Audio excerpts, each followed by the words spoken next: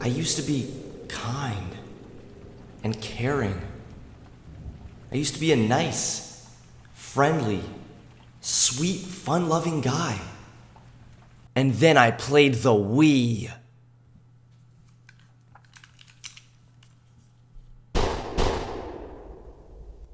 Did you guys hear the breaking news?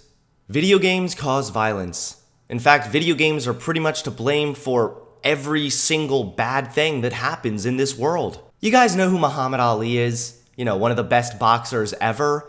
Well, the whole reason he even wanted to punch people was because he played the Atari. Correct me if I'm wrong, but I think that Call of Duty inspired World War I, and everyone knows Hitler played Fortnite. I know, what I'm saying right now probably sounds like a massive sarcastic joke, and trust me it is, but believe it or not, I actually sound a lot like your typical GOP boomer. What's up guys, Hunter Avalone here, welcome to another video.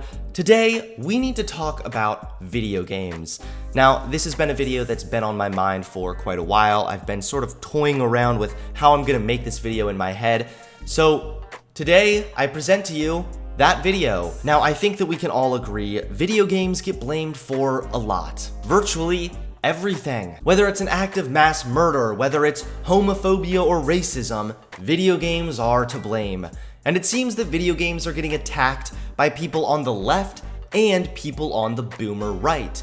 It does seem like the left tends to attack video games for more cheesy social justice warrior reasons, probably because sometimes video games are mean to women and they hurt a gay guy's feelings. Meanwhile, it seems like the boomer right usually attacks video games or blames video games when it's convenient for them. Recently, 2 horrific mass shootings took place in this country, and it has left our entire nation absolutely devastated. But tears had barely been cried before the boomers showed up to blame video games. There were Republican governors attacking video games. I think even Fox News was bashing video games. And of course, the one that stung the most, Papa Trump, even blamed video games. This really is quite pathetic, and it honestly kind of reminds me how your parents tend to blame your cell phone for everything. Whether you're home late, whether you're home early, you forgot to do your homework, you forgot to take the trash out. No matter what, well, it's always those damn cell phones. The evil white men colonized America? Curse you, Minecraft! I think that once again, this just proves that gamers are the most oppressed race in this country. A close second being white men. My first reason for defending video games is a bit of an anecdote, but I like video games. And I know that might sound a little cheesy, but hear me out here, alright? First of all, I play a lot of video games, and I really enjoy them, and they certainly have not made me any more violent. Secondly, with my experience playing video games, I've found that they're a great way to strategize and to connect with friends and other people. I know that I've actually made some pretty cool friends just by playing video games. I do think that a lot of the times video games are getting attacked and blamed simply because the people who attack video games don't play video games and they don't understand gaming culture and how the gaming community really works. Aside from my anecdote, my far more important defense of video games is actually rooted in science and hard data, which has found that video games do not cause violence. If anything, they can make people slightly more aggressive, but nothing to the extent of carrying out a mass murder. Get your freaking nerd glasses on, put on your big brains, everybody, because we're about to look at some actual facts and some actual data. There have been countless studies analyzing whether video games really do cause violence. So many studies, in fact, that there have even been meta-analyses done of these studies. Psychology Today talked about this and basically concluded with, the evidence suggests that while playing violent video games can make people act a little more aggressively in some circumstances, they do not seem to be big enough contributor to violent behavior in the world to warrant being mentioned as a cause of mass shootings. I know right now the SJWs are crying, the boomers are booming, but these are the facts. Even everyone's 13th reason why CNN has defended video games, talking about how there might be a correlation between violence and video games, but certainly not a causation. For example, boys have historically been more likely to play video games, and they also happen to be more aggressive than girls on average. This year, there was a study published that analyzed more than 1,000 British adolescents that found no link between the time spent playing violent video games and aggressive behavior. That's consistent with other recent research showing little, if any, link between games and violence. Moving on to LA Times, we can look at how many people play video games worldwide.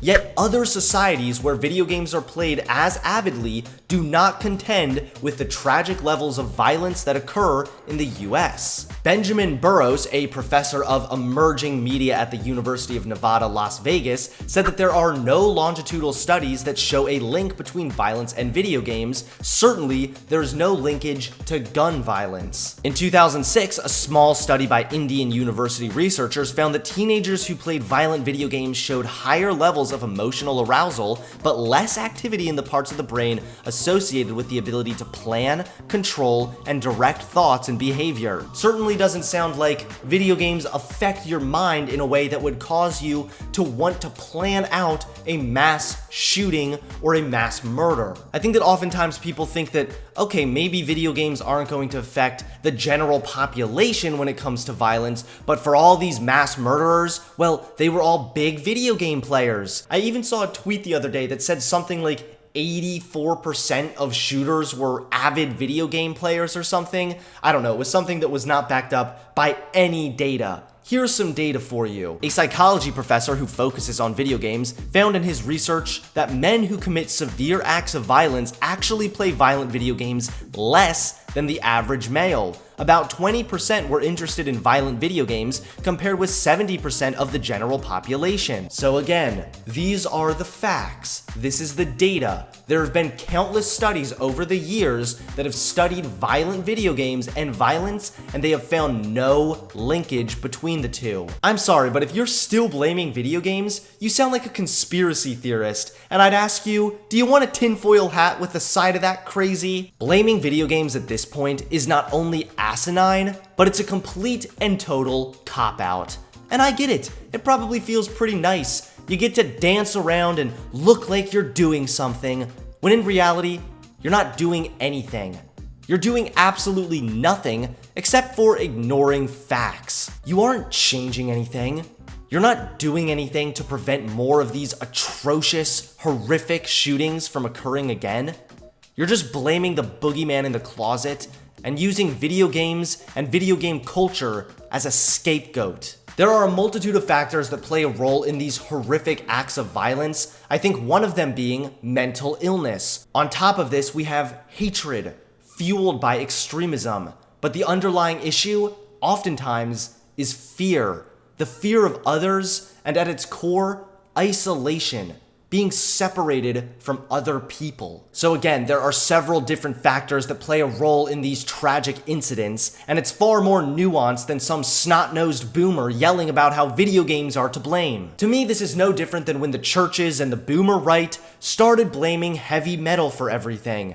Then it was rap music, then it was violent movies, and now it's video games. I would advise all of you video game haters, whether you're a member of the boomer right or the SJW left, to stop blaming video games as a cop-out and stop blaming video game culture as a scapegoat. Instead, look critically at what's causing these horrific tragedies, because I can tell you right now, the data shows video games are not to blame.